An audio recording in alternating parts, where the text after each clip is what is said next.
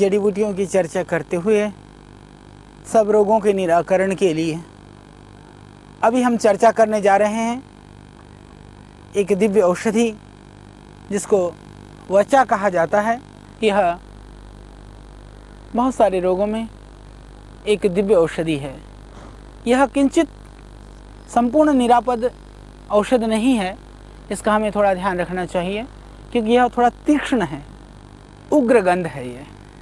तो ज़्यादा मात्रा में यदि आप ले लेंगे तो थोड़ी सी परेशानी हो सकती है, तो कम मात्रा में आप सेवन कर सकते हैं या जो बाह्य प्रयोग हैं निर्भयता से आप उन प्रयोगों को कर सकते हैं।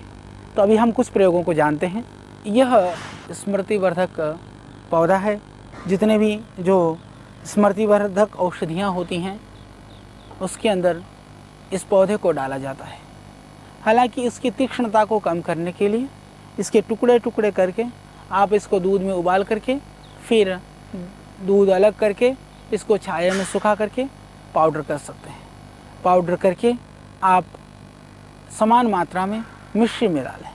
मिश्री मिला करके लगभग आप 2 ग्राम की मात्रा में प्रातः सायं दूध के साथ सेवन करते हैं तो इससे जो कंसंट्रेशन पावर है, एकाग्रता की जो शक्ति है, याददाश्त की जो क्षमता है वह बढ़ती है।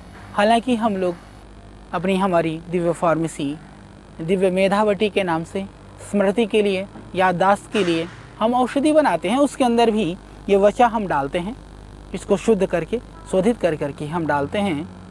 बहुत सारे लोग हमसे पूछते हैं कि आचार्य जी ऐसा कुछ पौधा बताइए जो घर में लगाएं, ऑर्नामेंटल प्लांट का भी काम करें और औषधीय गुणों से भी परिपूर्ण हो। यह इसके पत्ते सीजनल नहीं हैं, ये 12 महीने रहते हैं। ऐसे इसके अंदर हरियाली रहती है। इसको आप गमले में भी लगा सकते हैं। यह है ना कमाल की चीज़। गमले में लगाइए, घर में हरियाली पाइए, जड़ खाइए, बुद्धि को तेज करिए, बहुत सारी बीमारी को आप दूर करें। तो अच्छा है, इसको आप घर में गमले में भी लगा सकते हैं और घर पे लगा करके आप इसका थोड़ा से, जैसे हमने कहा कि थोड़ी मात्रा में इसके जड़ के सेवन से, मिश्री मिला के सेवन करने से आप बढ़ा सकते हैं अपनी याददाश्त को।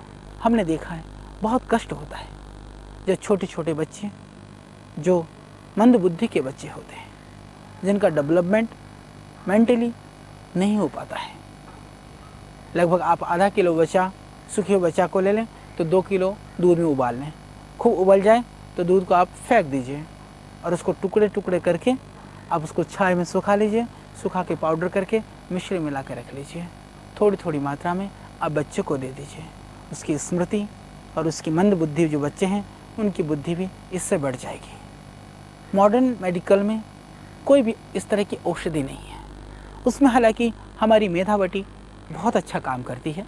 उसके अंदर भी एक यह जो वचा है यह एक प्रमुख द्रव्य के रूप में है।